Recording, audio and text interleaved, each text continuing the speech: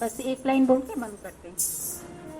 श्याम मुकुंद मुरारी, राधे गोविंद कृष्ण मुरारी, राधे गोविंद कृष्ण मुरारी।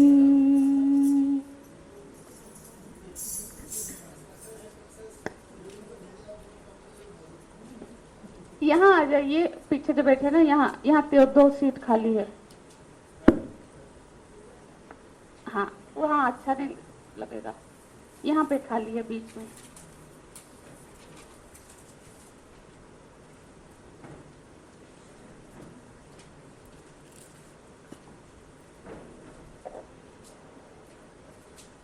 सीधा बैठेंगे और 3 बार ओमकार।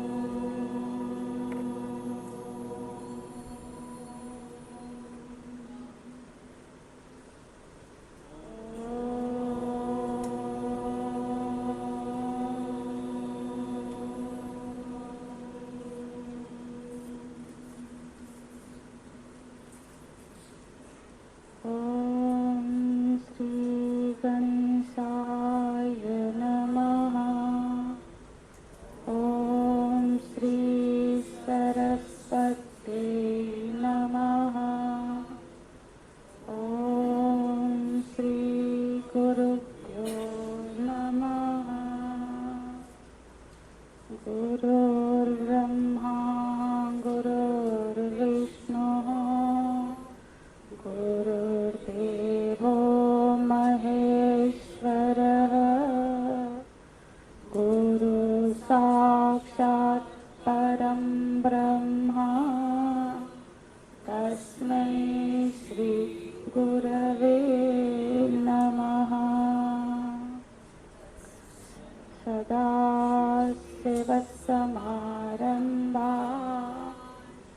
शङ्कराचार्यमध्यमा अस्मदाचार्यपर्यन्ता वन्दे गुरुपरम्परा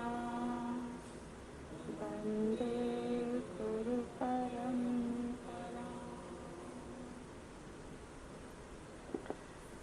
चतुश्लोकी भागवत का सामूहिक पाठ करेंगे।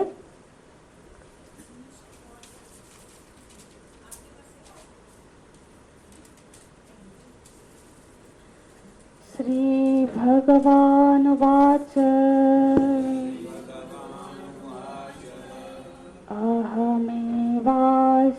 अहमेवास्मैवाग्रे नान्यत्।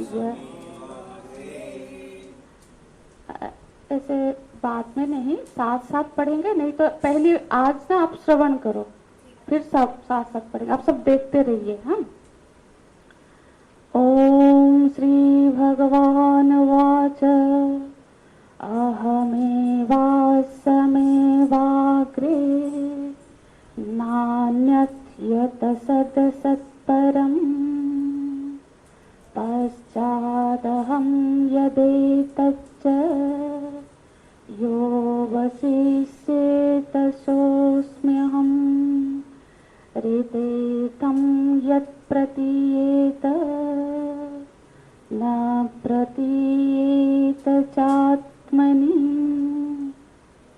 तद्विद्यादात्मनो मायां यथा भासो यथा तमः यथा महान्ति भूतानि भूतेषु चावचेष्वनु प्रविष्टान्यप्रविष्टानि तथा तेषु न तेष्वहम् एतावदेव जिज्ञास्यम् तत्तजिज्ञासुनात्मनः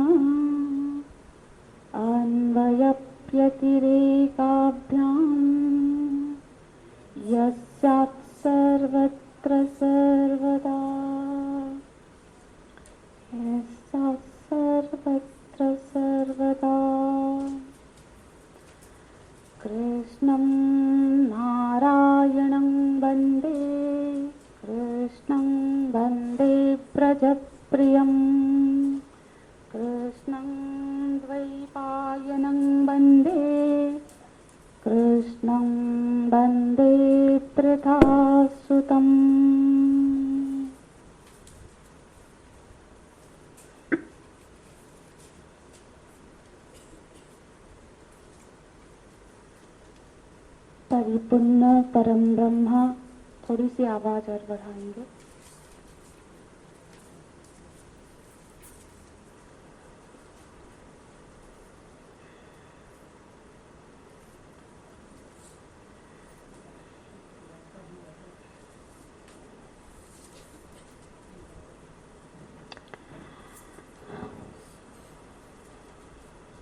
परिपूर्ण परम ब्रह्म, परम करुणा। ये बंद है।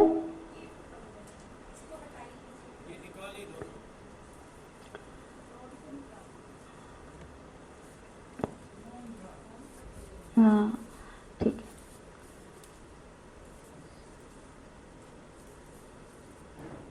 परम कारुणिक से अनंत ब्रह्मांड कोटि परमेश्वर श्री कृष्ण के अपार अनुग्रह से आज हम सब श्री कृष्ण कथा के लिए सम्मिलित हुए हैं। अंतःकरण की विशुद्धि के लिए जो सर्वश्रेष्ठ उपाय शास्त्रों में बताया गया है वह है श्रीमद् भागवत महापुराण का श्रवण। तो इस सर्वश्रेष्ठ महापुराण के भगवती गंगा में हम सब मंजन करने जा रहे हैं। तो भगवान से प्रार्थना पूर्वक हम भागवत में प्रवेश करेंगे। श्रीमद् भागवत महापुराण, ये जो नाम है, ये ग्रंथ है, ये सभी के लिए परिचित है। मोस्टली हम बचपन से ही इस पुराण की इसका श्रवण कर रहे हैं या फिर कम से कम हम इससे परिचित है। अब जब आपको महापुराण है, जैसे पुराण हम सबको पता है कि भगवान वेद व्यास जी ने सारे वेदों की रचना की, फिर 18 पुराणों की रचना की, उपनिषदों की रचना की, लिपिबद्ध किया। रचना मतलब लिपिबद्ध किया। फिर अंत में उनका जो अंतिम कृत्य है वो है श्रीमद् भागवत महापुराण। इसके बाद उन्होंने अपनी लेखनी को विराम दिया। ये उनका सर्वोत्कृष्ट रचना मानी जाती है क्योंकि इसी के बाद उनको परम शांति का अनुभव हुआ। अब जैसे अन्य पुराणों का आप नाम तो श्रवण ही किए होंगे, जैसे कि विष्णु पुराण, शिव महापुराण, गरुड़ पुराण, स्कंद पुराण आदि अनेकों पुराण, 18 पुराण है। तो पर उस सब में जो नाम है, अब ये नाम ही पर दृष्टि दीजिए, उसमें नाम है जो देवता, जो प्रमुख देव है, उन्हीं के नाम पर वो पुराण का नाम हुआ है। पर यहाँ नाम क्या है? भागवत। भागवत माने भगवतः इति भागवत, जो भगवान का है वो भागवत है ना। तो इस पुराण में स्वयं संपूर्ण भगवान की व्याख्या है। अब कौन भगवान का क्या है, ऐसा यदि प्रश्न को उल्टा कर दे, भगवान का क्या नहीं है, ऐसा क्या है जो भगवान का नहीं है, तो आप समझ पाएंगे कि इस पुराण में क्या हम जानने जा रहे हैं। भगवतः इति भागवत माने जो भगवान का है वो भागवत में है, वही भागवत है।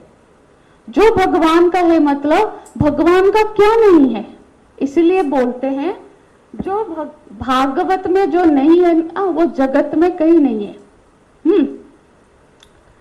तो मतलब इसमें सर्व की व्याख्या है। समस्त जो जगत में जो भी चीज हम सोच भी सके ना, वो समस्त की व्याख्या आपको भागवत में मिलेगी। तो भागवत महापुराण में सृष्टि की भी प्रकरण आती है। क्यों?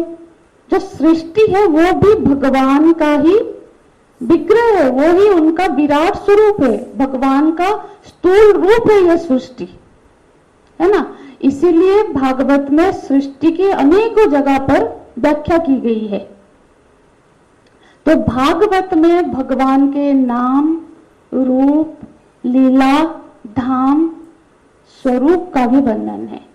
तो भागवत में उनके स्वरूपाधिक रूप का, साथ ही साथ उनके निर्गुण निरूपाधिक रूप का वर्णन है ना।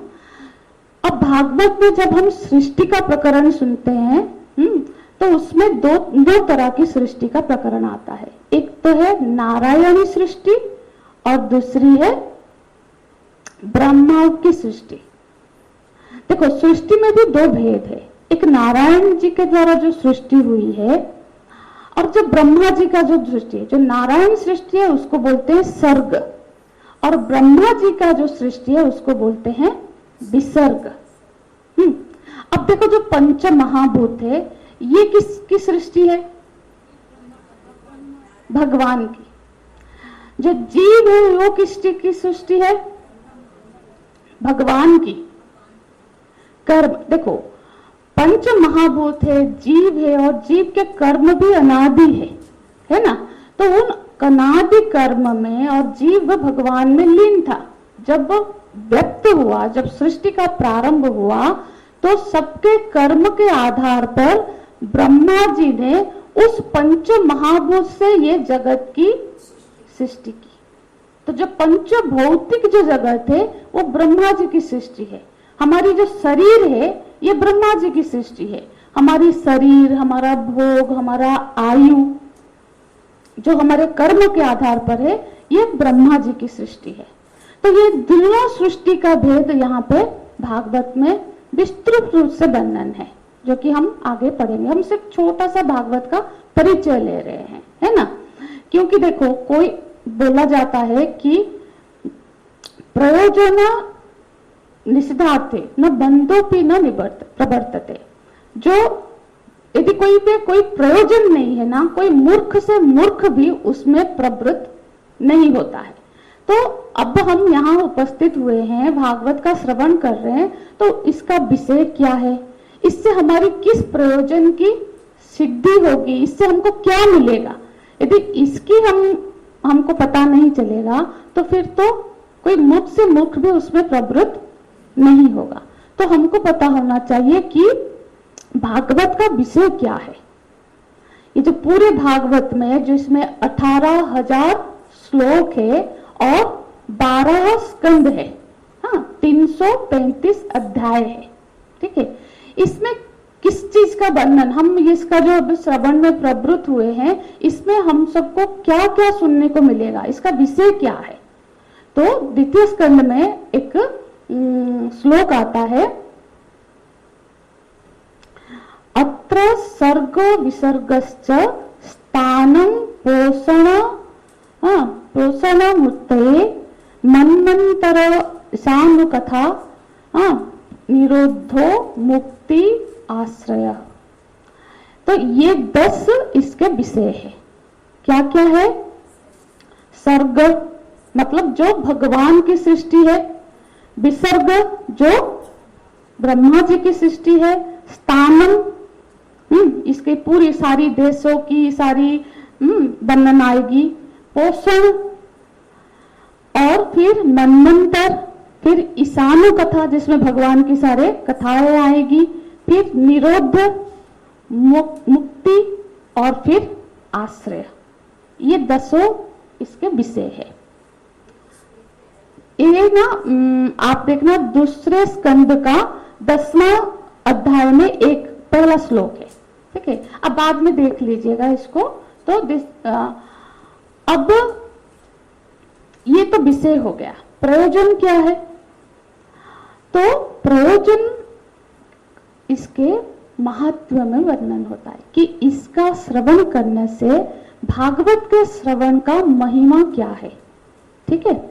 जो भागवत का महात्म्य है ना, भागवत का महात्म्य स्कंद पुराण में, पद्म पुराण आदि अनेक पुराण में वर्णन है। तो ऐसा कोई भी प्रश्न आ सकता है कि अरे भागवत तो भगवान वेदव्यास जी का अंतिम कृति है, हमने अभी श्रवण किया, और उससे पहले ही 18 अध्याय लिखे, तो उसमें भागवत की कैसे आई महिमा का गान। देखो, जो भागवत है, अभी हम श्रवण भी करेंगे, भागवत भगवान वेदव्यास जी ने लिपिबद्ध किया। जिस तरह से वेदों को उन्होंने लिपिबद्ध किया, क्योंकि कली के प्रारंभ में, कलियुग में सबकी जो हमारी जो मेमोरी पावर है, श्रुति शक्ति है, वो कम हो जाएगी, क्षीण हो जाएगी, कि जो आज तक जो श्रुति जो सुन के गुरु शिष्य परंपरा से जो ज्ञान बचा था, अब वो निर्भुल नहीं रह पाएगी। इसीलिए कलियुग के प्रारंभ में, द्वापर युग के अंत में भगवान वेद व्यास जी ने उसी ज्ञान को लिपिबद्ध किया। नहीं तो वेद तो भगवान का ज्ञान है, वेद को किसी मनुष्य ने ऐसा लिखा नहीं है ना, बस लिपिबद्ध कर दिया, क्योंकि अब वो मनुष्य में ये सामर्थ्य नहीं रही कि वो अब इसको धारण कर सके। इसी तरह से अभी आप सबने ध्यान दिया होगा, हम सबके पास भी ये जो 4 श्लोक है, इसको बोलते हैं चातुर्श्लोकी भागवत, है ना, जिसका हमने पाठ किया कक्षा के शुरू में, और हर कक्षा में हर थर्सडे हम इसका पाठ करेंगे, है ना। तो इसमें क्या है, इसमें भागवत का मूल सार है। जो सृष्टि के प्रारंभ में भगवान नारायण ने ब्रह्मा जी को जो 4 श्लोकों में भागवत की उपदेश दी थी, उसी को फिर ब्रह्मा जी ने नारद जी को उपदेश किया, फिर इस नारद जी ने व्यास जी को उपदेश किया, और उसी को, क्योंकि ये 4 श्लोक का ही विस्तार है, ये 18,000 श्लोक, तो ऐसी मान्यता है, ऐसा शास्त्र में वर्णन है कि ये 4 श्लोक का भी नित्य प्रति पाठ करे तो फिर वो संपूर्ण भागवत के पाठ का पुण्य प्रदान करता है। ठीक, इसीलिए हम हमेशा ये 4 श्लोक का पाठ करेंगे, सीख भी लेंगे धीरे थोड़ा सा। हाँ, तो इसीलिए भागवत हमेशा से है, क्योंकि भगवान ने सृष्टि के प्रारंभ में ही भागवत की उपदेश ब्रह्मा जी को की, और अभी हम सुनेंगे सोनक जी, सुत जी आदि का, ऐसे भागवत हमेशा चली आ रही थी। बस भगवान वेद व्यास जी ने उसको लिपिबद्ध किया, और वो उनकी अंतिम रचना है। इसीलिए दूसरे पुराणों में भी भागवत के महात्म्य का वर्णन है कि भागवत श्रवण से क्या फल की प्राप्ति होती है। ठीक है, तो अब हम भागवत की महात्म्य में प्रवेश करेंगे। अब जैसा कि आप सब वेदांत के ही छात्र है, वेदांत के ही साधक है, आप जानते हैं कि हमारी संस्कार है कि हम कोई भी कार्य जब शुरू करते हैं तो वो भगवत नाम के साथ शुरू करते हैं। ठीक है, उनकी वंदना के साथ, उनको प्रणाम करते हुए शुरू करते हैं। ये हमारा संस्कार है, इसको बोलते हैं मंगलाचरण, मंगल आचरण, है ना। तो ये जो मंगल आचरण के साथ ही ये महात्म्य भी शुरू हुई। देखो, हम किसी से मिलते हैं ऐसे भी तो हम नमस्कार करते हैं, है ना, तो और बोलते हैं जय श्री कृष्ण, राधे राधे, तो वहां हरिओम, जैसे चिन्मय मिशन में बोलते हैं हरिओम। हरिओम का अर्थ क्या होता है, जैसे हम बार बार बोलते भी है, हरिओम माने मैं आपके अंदर की उस चैतन्य सत्ता को प्रणाम करते हैं। इसलिए जब हम हरिओम बोलते हैं तो ये बड़े को भी, छोटे को भी, किसी को भी बोला जा सकता है ना, क्योंकि वहां जो चैतन्य, जो भगवत स्वरूप है, वो तो सबके अंदर विद्यमान है ना। तो इसीलिए हरिओम सबको बोल सकते हैं। प्रणाम तो पैर छू के प्रणाम क्या सबको कर सकते हैं, वहां बड़े छोटे का फिर भेद आ जाता है। तो हम लोग जब जय श्री कृष्ण, हाँ, राधे राधे, इस तरह से जब करते हैं, वहां अभिप्राय ये होता है कि जब हम अभिनंदन करते हैं, साथ ही साथ उसमें भगवान को जोड़ते हैं, ताकि जो हमारे संस्कार या फिर उसके अंदर जो संस्कार है, हमारा अच्छा संस्कार दूसरे जिससे हम मिल रहे हैं उस पर भी वो प्रभावित करे, और इससे दोनों का मंगल हो। तो हमारा एक संस्कार है कि हम हर कार्य में भगवान को साथ रखते हैं। ये जो प्रणाम करना है, ये कहने का मतलब है कि भगवान को साक्षी रख लिया, साथ रख लिया, जिससे उसका यदि कोई नेगेटिव थॉट भी है तो वो फिर हमको प्रभावित नहीं कर पाएगा। ये होता है मंगलाचरण, जो कि हम किसी को भी अभिनंदन करते हैं। तो इसी तरह से जब ये महात्म्य का प्रारंभ होता है, तब भगवान वेद, जो भी शास्त्र भगवान वेद व्यास जी मंगलाचरण करते हैं, मतलब भगवान को प्रणाम करते हैं। पाठ करेंगे।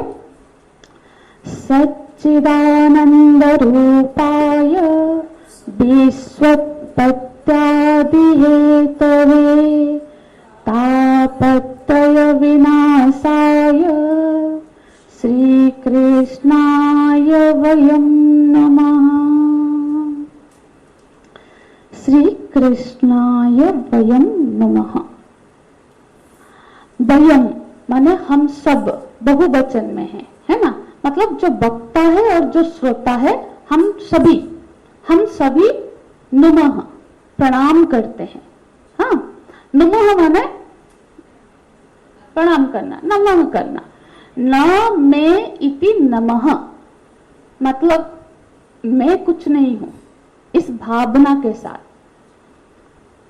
मैं और मेरे को विसर्जित करके, छोड़ के ही प्रणाम की जाती है। न मैं नमः, न ममः नमः। नमः का अर्थ होता है न ममः, मैं नहीं, ये मैं नहीं। जहां मैं को पकड़ा है वहां नमस्कार फिर घटित नहीं हो रहा है। आप किसके प्रति झुक रहे हो और मैं को नहीं पकड़ा है, मैं को सरेंडर कर ही झुक सकता है कोई। ठीक है, हम ऐसे आज संक्रांति भी था, आप लोगों ने हवन भी किया, तो वहां कहते क्या बोल रहे हैं? इदम इंद्राय नमः।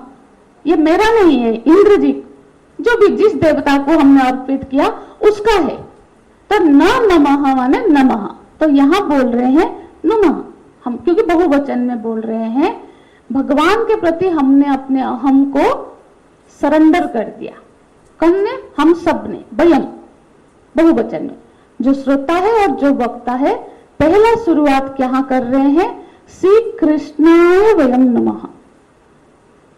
ठीक है, श्री कृष्ण मतलब राधा कृष्ण या फिर रुक्मिणी कृष्ण। यहाँ श्री के साथ जो कृष्ण है, उन कृष्ण को हम सब नमस्कार कर रहे हैं।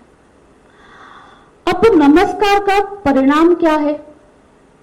जब हम नमस्कार कर रहे हैं उसका परिणाम क्या होता है? बोलते हैं तापत्रय विनाशाय। वो तीनों तापों का विनाश करने वाला है। ये जो क्रिया हमने किया ना, नमः, हमको सरेंडर करके जो नमः किया, इसका परिणाम क्या हुआ? तापत्रय विनाशाय। तीनों तापों का वो विनाश करने की सामर्थ्य रखता है। कैसे? जैसे कि अब यहाँ पे एक चीज का विशेष ध्यान दीजिएगा। यहाँ भगवान नहीं बोल रहे कि पाप विनाशाय, बोल रहे ताप विनाशाय। और त्रिताप, ताप तीन तरह के होते हैं। ताप माने जो कष्ट होता है, जो भी हमारे प्रॉब्लम होते हैं, वो तीन तरह के होते हैं, है ना। एक दैवी, दैविक, भौतिक और आध्यात्मिक। दैविक ताप है जो कि कभी देवता की ओर से आती है ना। और भौतिक, जैसे अभी चल रहा है कुछ प्रांतों में, जैसे आपदा आ गई, ऐसे कोई सुनामी आ गया, भूकंप आ गया आदि भौतिक। और आध्यात्मिक, हमारे अंदर से हमारा मन ही कोई काम में नहीं लगेगा, या शरीर बीमार हो जाएगी, इस तरह से जो कि स्वयं से कुछ प्रॉब्लम आती है। तो हमारे प्रॉब्लम मोस्टली तीन तरह के ही प्रॉब्लम होते हैं, तीनों तरह के। तो हम जब भगवान को प्रणाम करते हैं, उनके प्रति सरेंडर होते हैं, तो हमारे ये तीनों तरह के ताप को वो नाश कर देते हैं। अब यहाँ क्यों कर रहे हैं? देखो, हम आज यहाँ एक भागवत श्रवण के लिए प्रवृत्त हो रहे हैं, है ना, एक अनुष्ठान में प्रवृत्त हो रहे हैं। तो पहला चीज है कि हम प्रणाम कर रहे हैं कि जो इतने बड़े सत्कर्म में मैं प्रवृत्त हो रही हूँ, भगवान मुझे ये तीनों तरह के ताप ना सताए, मतलब मेरे कार्य में कोई विघ्न ना आए। क्यों? कुछ विघ्न आ सकते हैं, दैविक, है ना, देवता के रिष्ट से कुछ हो गया तो मेरा ये अनुष्ठान नहीं, साधना नहीं हो पाएगा, श्रवण नहीं हो पाएगा।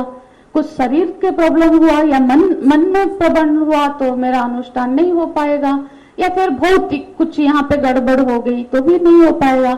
हाँ, इसीलिए पहले ही हम प्रणाम कर रहे हैं कि हम जो इस सत्कर्म में प्रवृत्त हुए हैं, यहाँ मेरे सारे तापों का आप नाश कर दो, ताकि मेरा ये जो संकल्प है, मेरा जो मैं जिस अब श्रवण कर्म में प्रवृत्त हुआ हूं, ये मेरा निर्विघ्न पूर्ण हो पाए, है ना।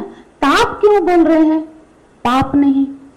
देखो, इसीलिए ताप को नाश करने के लिए बोल रहे हैं, क्योंकि हमसे पाप तो बहुत हुए हैं, और जो भी विघ्न आएगा हमारा पाप के फल के रूप में ही आएगा, परिणाम कैसे ही नहीं आएगा। क्योंकि हम जानते हैं कि हमने इतना सारा कुछ गड़बड़ किया हुआ है कि वो जरूर कुछ विघ्न कर सकता है। तो भगवान मैंने तो कर दिया है, आप उसके फल से मेरे को बचा लो। तो यह तापत्रय विनाश है, मतलब पाप का जो फल होता है वो होता है ताप।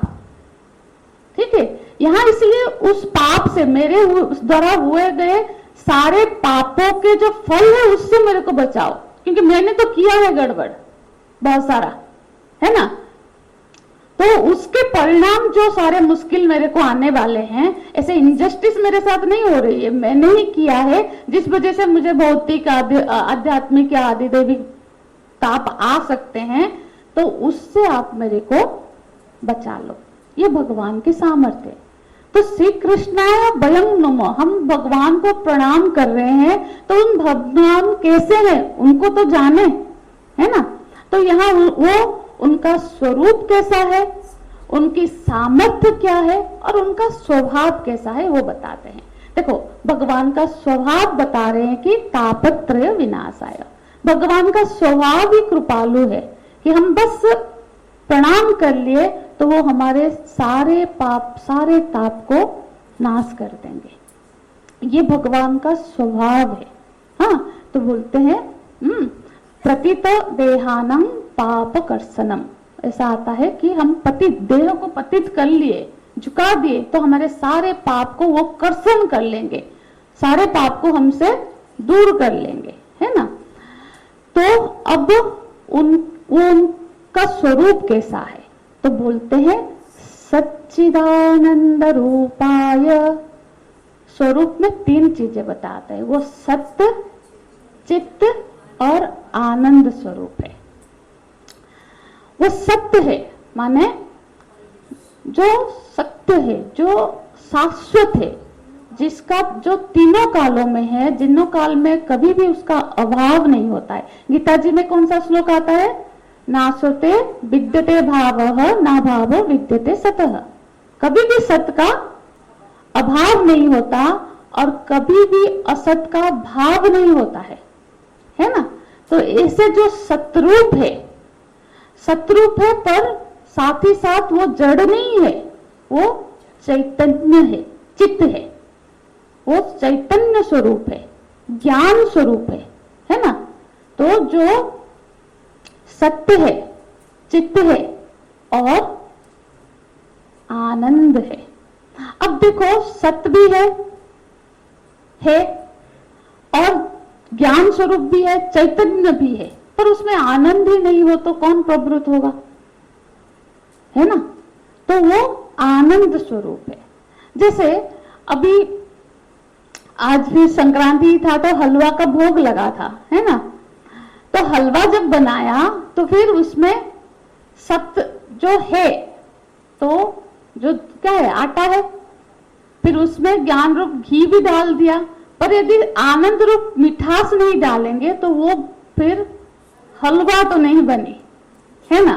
तीनों का सम्मिश्रण होगा तभी वो संपन्न होगा, हलवा कहा जाएगा। अब यहाँ पे माइक है, सत्य है ना, इसमें जो दिख भी नहीं रहा है पर इसमें पावर है। अब माइक भी होगी तो पावर नहीं होगी, तब भी तो नहीं काम करेगा। और दोनों ही होंगे और आनंद रूप वक्ता ही नहीं होगा तो लोग बैठ के माइक को तो नहीं देखेंगे, माइक को कैसे करेंगे। तो तीनों चाहिए कोई भी चीज को संपन्न करने के लिए। तो भगवान के भी तीनों रूपों की वर्णना कर रहे हैं, सत्य, चित, आनंद। देखो, सत्य तो वो प्रकट ही है, सबके सामने है, जो सत्य है वो दिखता है ना। चित्त जो है वो मौन है और जो आनंद है वो अप्रकट है, तो भागवत उस आनंद को प्रकट करने की कला सिखाता है, क्योंकि वो आनंद हमारे अंदर ही है, वो बाहर नहीं है। क्योंकि भगवान जो चैतन्य स्वरूप है वही आनंद है। तो जो आनंद हमारे अंदर है पर हम उसको महसूस नहीं कर पा रहे हैं, प्रकट नहीं कर पा रहे हैं, उसको किस तरह से प्रकट करेंगे ये भागवत हमको सिखाएगी। तो भागवत रसामृत बोला जाता है, ये रस अमृत है ना। जैसे सत्य कर्म योग है, चित्त ज्ञान योग है और आनंद भक्ति योग है, तीनों का सम्मिश्रण है भागवत, है ना। जैसे दूध में मक्खन तो है पर दिख नहीं रहा है ना, तो उसको एक प्रक्रिया से उत्पन्न करना पड़ेगा। पहले उसका दही जमाना है ना, फिर जाकर उसको मंथना है, फिर जाके वो दिखेगा, प्रकट होगा। इसी तरह से हम लोगों को भी पहले साधना के द्वारा, हमको ऐसे साधनाओं के द्वारा, श्रवण के द्वारा अंतःकरण शुद्ध करना है, फिर उसको चिंतन मनन के मथनी से मथना है, तब जाके वो आनंद हमारे अंदर से प्रकट होगा। इसका प्रक्रिया श्रीमद् भागवत सुनाए। तो भगवान का स्वरूप का वर्णन करते हैं, भगवान का स्वभाव बताया, तापत्र विनाशाय। अब उनकी सामर्थ्य बता रहे हैं। जो श्री कृष्ण जिनको हमने प्रणाम किया, उनकी सामर्थ्य क्या है? बोलते हैं विश्वोत्पत्त्यादि हेतवे। विश्व की उत्पत्ति, पालन और लय तीनों उनके भ्रुकुटी विलास से ही होती है। उनके संकल्प मात्र से ये जगत की सृजना हो जाती है। हम एक चीज बनाते हैं, अभी एक कितना तैयारी करनी पड़ती है, फिर उसको करना, उसके लिए उसको निभाना, उसको मेंटेन करने के लिए कितनी प्रयास लगता है, फिर जब वो खत्म हो जाता है ना। तो भगवान से ही ये पूरी सृष्टि की वो सृजना करते हैं, फिर इसका पालन करते हैं, और साथ ही साथ जब प्रलय काल में, जब समय आता है प्रलय काल में, वो अपने ही अंदर उसको विसर्जन समेट देते हैं, प्रलय भी उसका करते हैं। तो वो उनकी सामर्थ्य की पराकाष्ठा कि पूरी सृष्टि की सृजन, पालन और प्रलय। तो बोलते हैं विश्व उत्पत्ति हेतवय है। ये उनका एक छोटा सा परिचय इस छोटे श्लोक में भगवान का देते हैं कि उस जिस श्री कृष्ण को हम प्रणाम कर रहे हैं, वयम हम सब प्रणाम कर रहे हैं, वो एक है, एक अद्वितीय ब्रह्म ही है। अब भगवान को प्रणाम करने के बाद जो हमारी परंपरा है, संस्कार है, वो है कि अब गुरु जो वक्ता है, जो अभी व्यास से उनकी प्रणाम करने का। तो व्यास कौन है इस ग्रंथ के? सुखदेव जी। तो अब सुखदेव जी को प्रणाम करते हैं, उनका थोड़ा परिचय देते हैं। क्या? यम प्रव्रजंत मनुपेतमपेत कृत्यम द्वापायन विरह कातर आजुहाव पुत्रेति तन्मयतया तरबो भेनेदुः तम सर्वभूत हृदयं मुनि मानतोस्मि। बोलते हैं यम प्रव्रजंत मनुपेतमपेत कृत्यम। सुखदेव जी कैसे हैं? आप सब सुखदेव जी के जन्म वृत्तांत को जानते ही होंगे। सुखदेव जी कौन है? व्यास जी के पुत्र है ना। पर इसमें एक कथा आती है, मैं थोड़ी कथा भी आप सबको याद दिला दूं। एक बार ऐसा हुआ, सत्ययुग की कथा है, पर मतलब पुरानी कथा है, सत्ययुग की नहीं। इसी तो एक एकांत स्थान पे भगवान शिव जी माता जी को श्रीमद् भागवत की कथा का श्रवण करा रहे थे। ठीक है। अब कथा का एक अभिप्राय होता है, जब आप कथा में आओ तो उसका भी कुछ नियम होता है। जैसे कथा में तो जैसे कि आप कोई ज्ञान ले रहे हो तो वहां छुप के नहीं ले सकते, आके बैठो, परमिशन लेके उसको, ऐसा हमारा परंपरा है। तो वहां ऐसा हुआ कि जब माता जी जब श्रवण कर रहे थे वो इतने भाव विह्वल हो गए कि वो समाधिस्थ हो गए। और शिव जी तो भगवान के जब गुण गाते हैं ना, वो बिल्कुल भाव में भगवान के गुणों का, भागवत का वर्णन कर रहे हैं, कथा कर रहे हैं। तो वहां एक तोते का अंडा है जो मृत पाया पड़ा था, पर कथा के जो चैतन्यता से उसमें जान आ गई और वो सुन रहा जैसे करता है ना वैसा कर रहा है। तो शिव जी को लगा, फिर देखे तो उनको क्रोध इस बात का आया कि तुमने पहले बताया क्यों नहीं, तुमने चोरी से क्यों सुना। हाँ, तो वो भगवान के उस रुद्र रूप को देख के वो डर गया और वो अंडे से निकल के भागा। अब भाग के जाके जो वेद व्यास जी है, उनकी जो पत्नी अरुणी है, उनके गर्भ में छिप गया। अब छिप तो गया है, हाँ, वहां पे वेद पाठ भी कर रहा है, क्योंकि वो अब कथा पूरा श्रवण कर चुका था, वो ज्ञानी हो चुका था, ब्रह्म ज्ञान। अब उसको वो जानता है कि संसार के बाहर आऊंगा तो मुझे माया पकड़ लेगी, है ना। क्या होता है ना, हम कितना भी जानते हैं, फिर संसार में क्या होता है ना, हमको भ्रांति वो करा ही देती है, संसार माया हमको पकड़ लेती है। तो वो 16 साल हो गए गर्भ से बाहर निकल ही नहीं रहे हैं, है ना।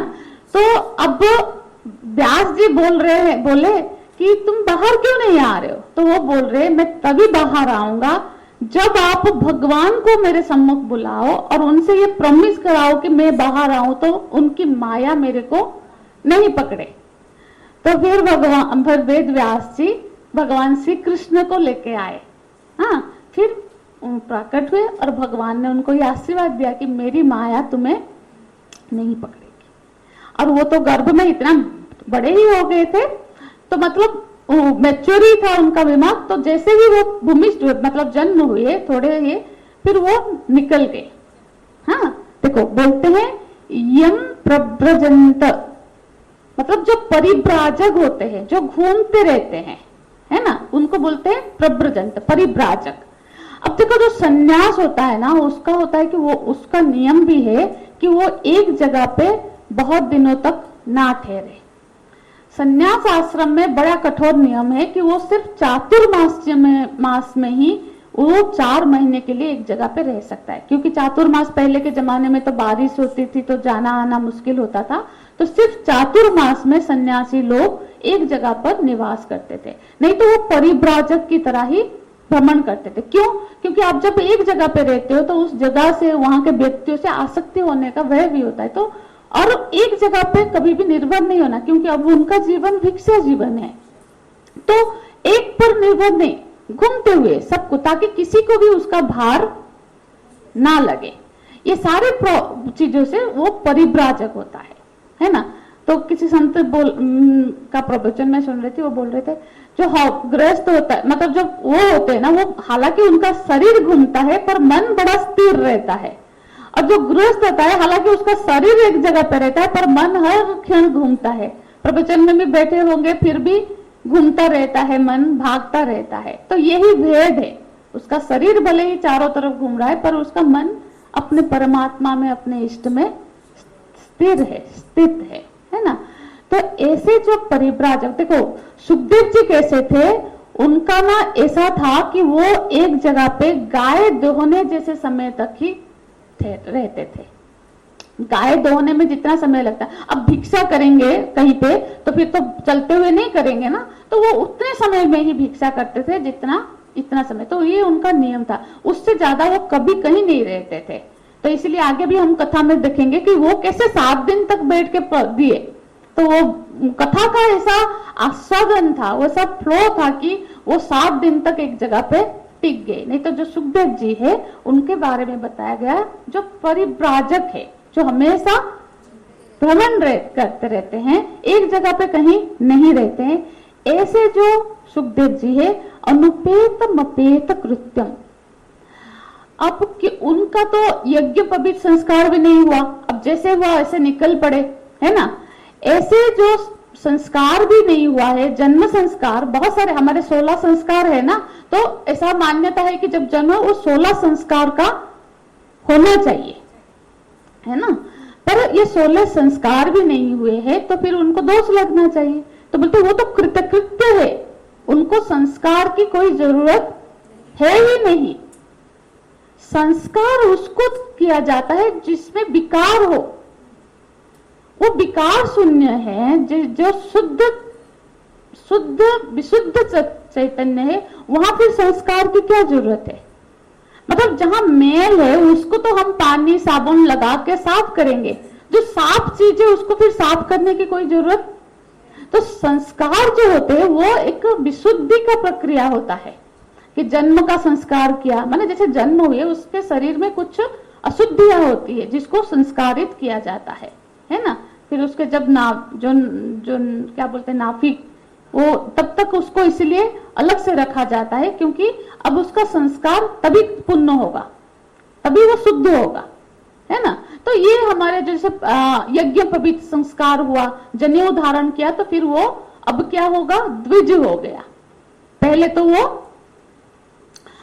एक था, मतलब माता पिता था, अब उसके गुरु हो गए, उसका दूसरा जन्म हो गया, ताकि अभी वो बाकी जैसे संध्या आदि तर्पण आदि कार्य में करे और अध्ययनरत हो। तो ये हमारे जैसे संस्कार, विवाह संस्कार है, संतान उत्पत्ति के लिए संस्कार होता है, डिफरेंट संस्कार होता है ना।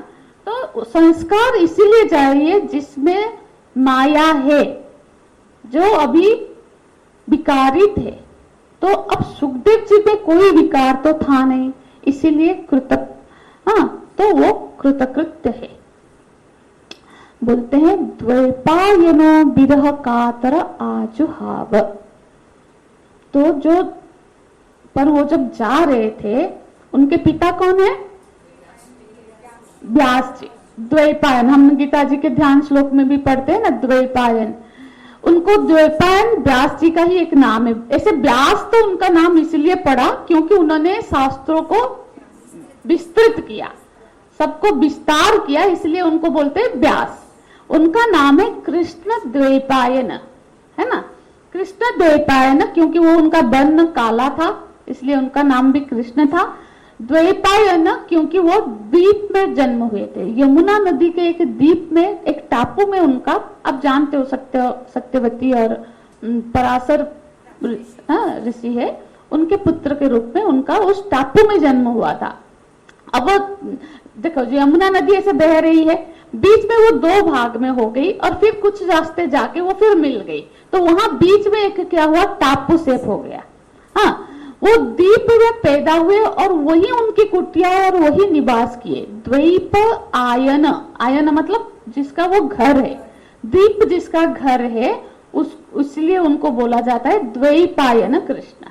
हाँ, ऐसे जो द्वैपायन, ऐसे जो व्यास देव जी है, हम सब व्यास के नाम से ज्यादा अच्छे से परिचित है, तो ऐसे जो व्यास देव जी विरह से क्या हो रहे, मतलब अब क्योंकि पुत्र इतने सालों बाद पैदा हुआ, तुरंत ही वो संन्यास लेके जा रहा है, क्योंकि जैसे ही पैदा भगवान वो उनको तो फिर गृहस्थ, वानप्रस्थ, ब्रह्मचारी आश्रम की जरूरत नहीं, उनकी जो स्थिति थी वो सीधे संन्यास में चले गए, है ना। तो वो जब विरह हो के, अरे रुक जा, ये इसका हम दूसरे अध्याय में भी पढ़ेंगे, बोल रहे हैं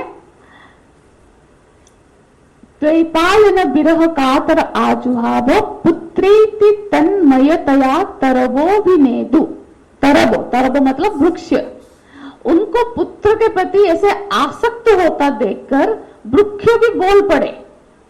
ऐसे उस समय में हमने ऐसा बहुत जगह पे पढ़ा है कि उस समय पशु पक्षी भी बोल सकते थे। वो तो फिर कलयुग के आते आते उनको शाप लगा, और तो इसीलिए वृक्ष बोल पड़े। क्या बोले तो यहाँ नहीं लिखा है, पर वो समझ नहीं वृक्ष क्या बोल रहे हैं। देखो, वृक्ष ये बोल रहे हैं, अरे आप तो संत हो, संत का जीवन तो त्याग का जीवन है ना। तो आप हम ही को देखो। अब वृक्ष का फल, पुत्र क्या होता है, फल होता है ना। बोले हम तो अपने फल अपने पास नहीं रखते, वो तो समाज को दे देते हैं। यहां तक कि जो हमको पत्थर भी फेंकता है उसको भी हम फल देते हैं, है ना। तो फिर इसका मतलब है कि वो उसी को वैष्णव बोलते हैं, जो हमारा बुरा भी कर रहा है उसका भी भला करना।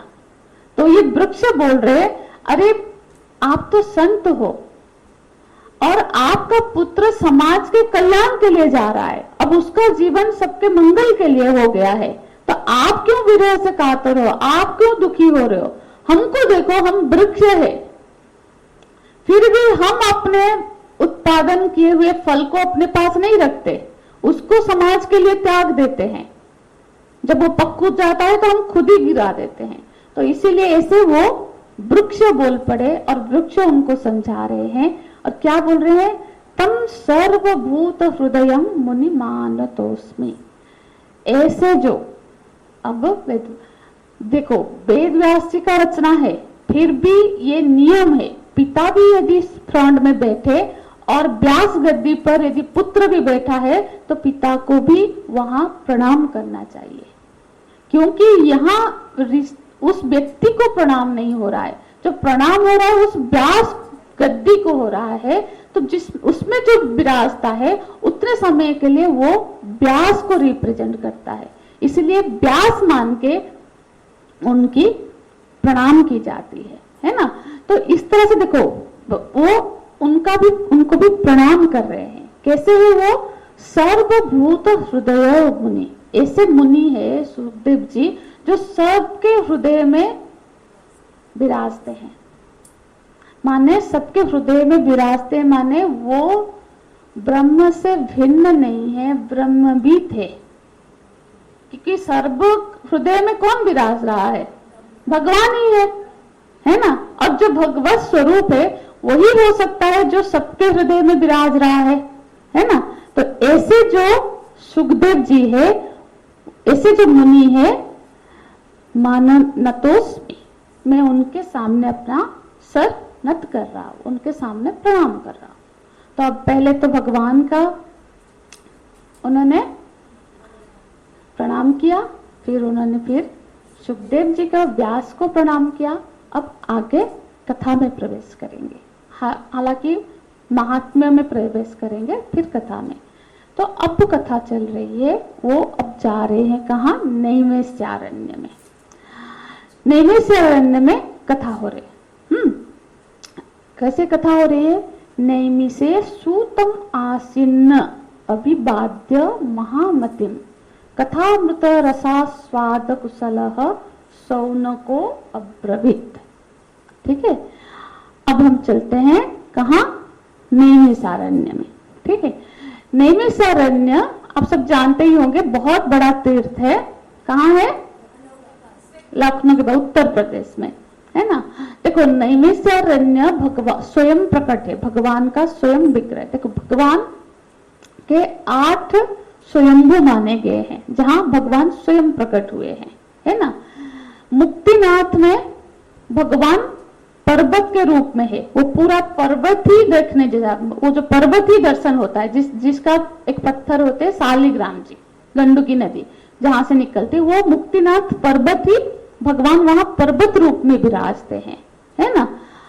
अब यहाँ नैमिषारण्य में भगवान अरण्य के रूप में है, वहां के सारे वृक्ष ही भगवान के रूप है। वहां आप देखना वो वृक्ष की वो पूजा, वो वृक्ष रूप में भगवान वहां प्रकट है। और पुष्कर जाएंगे तो पुष्कर में भगवान जल रूप में प्रकट विराजते हैं। ये 3 हो गए। और बद्रीनाथ में भगवान ध्यान मुद्रा में विराजते हैं। तिरुपति बालाजी रूप स्वयंभू है। श्रीरंगम स्वयंभू है। भू बराह स्वामी और नंगुनेरी, ये इतने स्वयंभू मंदिर है। जैसे 12 ज्योतिर्लिंग कहा जाता है ना, ऐसे ये मूर्तियां, ये विग्रह भगवान का किसी मनुष्य से बनाया नहीं गया, ये स्वयं प्रकट हुए हैं। तो ये जो नैमिषारण्य है ये बहुत ही पुण्य स्थल है, क्योंकि ये अरण्य के रूप में भगवान ही है वहां। और ये गोमती नदी के तट पर है, ठीक है। लखनऊ से होके, मतलब वो द्वारिका से, द्वारिका में जाके समुद्र में मिलती है ना, इधर से गोमती जाती है। तो गोमती नदी के तट पर 80,000 ऋषि मुनि एकत्रित हुए हैं। गोमती में वो निमंजन करते हैं, स्नान करते हैं, फिर वो सब सुख से बैठते हैं। फिर वो सुत मुनि से सोनक जी प्रश्न करते हैं। भागवत की क्या हर ग्रंथ की हम देखना प्रश्न से ही शुरू होता है। प्रश्न को अच्छे से समझेंगे तो फिर अच्छे से आगे का, हालांकि प्रश्न लंबा है, हम आगे की कक्षा में ही कर पाएंगे। हाँ, तो आगे की कक्षा में महात्मा को कंप्लीट करेंगे, प्रश्न भी और महात्म्य भी। तो अब वहां पे जो बस थोड़ी देर है अम्मा, हाँ बस फिर बात कर लीजिएगा। नैमिषारण्य में सुत जी के सामने सोनक आदि 80,000 ऋषि मुनि उपस्थित हुए हैं और वो सोनक जी से प्रश्न करते हैं। और ऋषि मुनि कैसे हैं? बोलते कथा अमृत सार स्वाद कुशल, वो सब कुशल है। हाँ, अब देखो अधिकारी भी होना चाहिए कि हम श्रवण तो कर रहे हैं, वो सब कैसे है? श्रवण कुशल है। देखो श्रवण के लिए दो चीजें चाहिए, मन में एकाग्रता भी चाहिए और श्रद्धा तो चाहिए ही। वो एकाग्र चित्त होकर ध्यान से सुने, मन लगा के सुने, है ना। तो यहाँ वो जो ऋषि है वो कुशल है, माने ऐसे तो वहां सब वयोज्येष्ठ भी है पर वहां सब जानकार भी है, क्योंकि इतने बड़े बड़े हैं, वो भी ऋषि है। ऐसा नहीं है कि उनको भगवान की कथा का पता नहीं है ना। पर जब वो श्रवण करने के लिए बैठते हैं तब वो बिल्कुल ऐसे बैठते हैं जैसे मैं कुछ नहीं जानता हूं। आप आस्वादन तभी कर पाएंगे जब मेरे को कुछ नहीं आता है, भाव से ही बैठेंगे। अब हम सुनते हैं ना सनकादि ऋषियां, है ना, वो चार है, सनत सनातन सनक। तो वो चारों ऋषि चारों ही ब्रह्मा जी के मानस पुत्र है और चारों ही ब्रह्मनिष्ठ है ना। पर जब वो कथा श्रवण में भगवान के गुणगान में उनको इतना रस आता है कि किसी एक को व्यास में बिठाते हैं और तीनों बैठ के सुनते हैं, जबकि ज्ञान में तो चारों एक जैसे है, पर ऐसे सुनते हैं जैसे कि हमको नहीं पता है, यही बता रहे, जैसे हम अभी यहाँ सुन रहे हैं। देखो भागवत मुझसे भी बहुत ज्यादा लोग जानते होंगे। हाँ, भागवत तो हमारा सबसे प्रियतम ग्रंथ है, बचपन से ही लोग सुनते हैं भागवत। ऐसा नहीं है कि नहीं जानते हैं, पर जितनी बार भागवत होता है उतनी बार सुनते हैं। क्यों?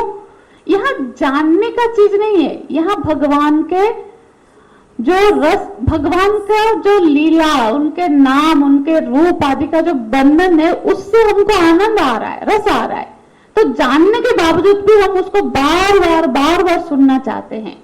तो यहाँ जो सारे ऋषि मुनि एकत्रित हुए हैं, वो ऐसा नहीं है कि सुत जी जानते हैं और ये नहीं जानते, इसलिए बोल रहे हैं कथा मृत रसा स्वाद कुशल। वो सब कथा का रस लेने में कुशल है, उसकी प्रक्रिया को जानते हैं, अभिमान को छोड़ के बैठते हैं कि मैं बहुत जानने वाला हूं, ऐसा नहीं सोचते हैं।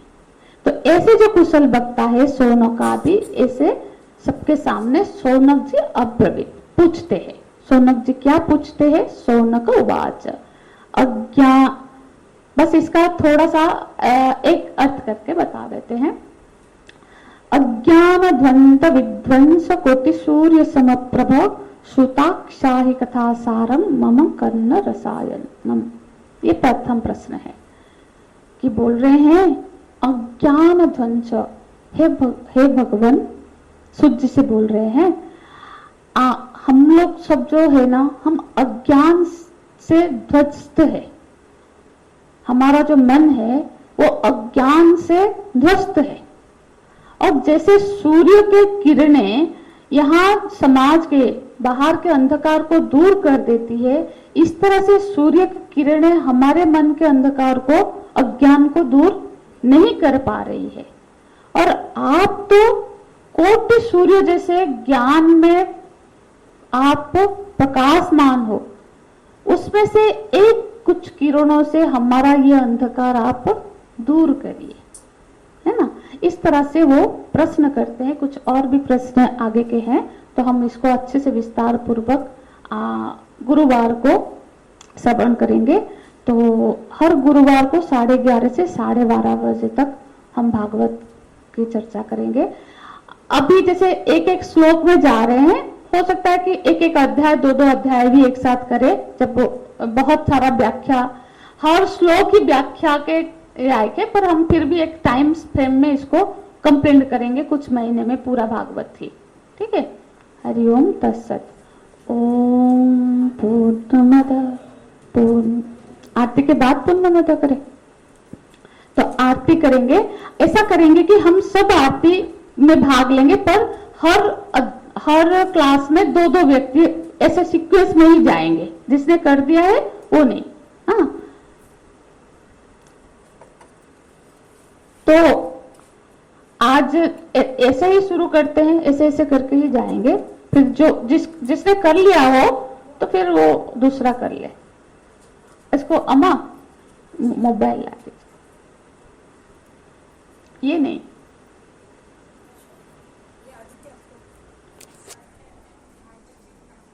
हाँ अब साथ ही साथ अम्मा